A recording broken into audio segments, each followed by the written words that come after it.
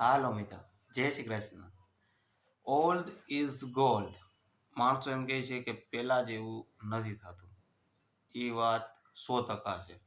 હું કામ પહેલા જેવું નથી થતું? પહેલા જેવા માણસો નથી થતા, પહેલા જેવું ગીત નથી થતા, પહેલા જેવા સમય એટલે બહુ સમય એવો હતો કે તમને તંદુરસ્ત રહેતા, જીવન જીવવાની મજા આવતી. સવારે વહેલા ઉઠી જતા 5 વાગ્યામાં બધા લોકો, એવું નહીં આખું ગામ ઉઠી જતું, ગામડું કહેવાતું પહેલા. સિટી ને શહેર ને એવી રીતે નહીં કે 10 વાગે ઉઠવાનું. બહુ તંદુરસ્તી પણ હતી. પહેલા જેવું નો ડાઉટ નહીં જ થાય. પણ એક વસ્તુ એ એકને એક વાત કરતી રહેવી આપણે કે પહેલા જેવું ન થાય. એના કરતાં આજનો દિવસ, આજનો પળ આપણે જીવી લેવો જોઈએ. અત્યારે સમય એટલો આધુનિક થઈ ગયો છે, જેનો લાભ લેતા આવડે, એના માણતા આવડે તો બહુ મજા આવે. હમણાંની જ હું વાત કરું, 7 દિવસની અંદર હું 5 જગ્યાએ ફરી આવ્યો ટાઈમસર. અને ટાઈમસર હું બેંકની જોબે પણ ટાઈમસર પહોંચી ગયો અને વર્ક કરવા માંડ્યો. બરાબર છે? તો એ બહુ મોટી વાત કહેવાય કે આજે તમે ફરી આવો છો, ટાઈમે કામ પણ કરી લ્યો છો, ટાઈમે તમારું જીવન જીવી લ્યો છો.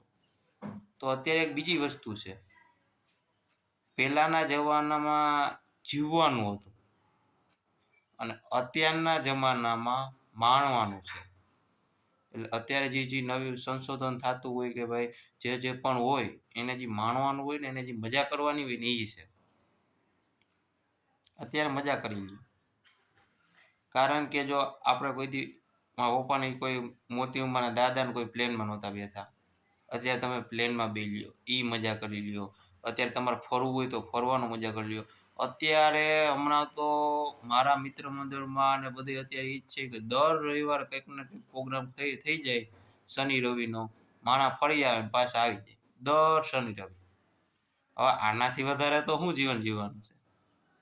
પણ માણસને શું કામ દર વખતે એવું થાય છે? કે કારણ એ છે કે અત્યારે 4 5 જણા 6 જણા બેઠા હોય તો સતની વાતો નથી થતી. મતલબ કે સત્સંગ નથી થતો, જે પહેલાના જમાનામાં થતો નહીં.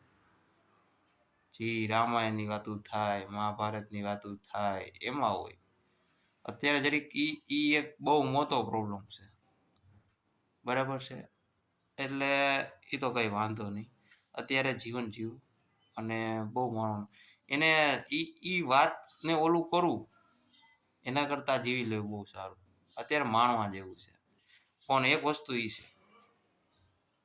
વાઈફાઈ જીવો, ગમે એવું જીવન જીવો, બરાબર. મિડલ ક્લાસે અત્યારે બહુ એસ્પેન્ડ કરીને બહુ સારું જીવન જીવે છે, નો ડાઉટ. પણ પગ તમારા જમીન ઉપર રાખો. થઈ ગયું, મજા કરી લીધી, બસ શાંત. આ સમયમાં શાંતિથી જીવન જીવો, શાંત રહ્યો. બરાબર છે? કામથી કામ કરો બસ. બીજું શું જોઈએ? આવું વિચાર્યું નહોતું માણસોએ, તોય જીવન જીવે છે. તો એને માણો. અત્યારે ખાલી આપણે ફોરેનમાં બેસી રહીએ તેમ થઈ ગઈ કે ના હો, હવે આ એક ફોર વ્હીલ છોડાવવી પડશે. જો એટલો બધો આનંદ છે ને એટલા ટૂંકા સમયમાં જો આપણે એક જગ્યાએથી બીજી જગ્યાએ જઈ આવતા હોય અને બધું કરી આવતા હોય તો શું કામ એવું ન કરવું? શાંતિથી જીવન જીવવું.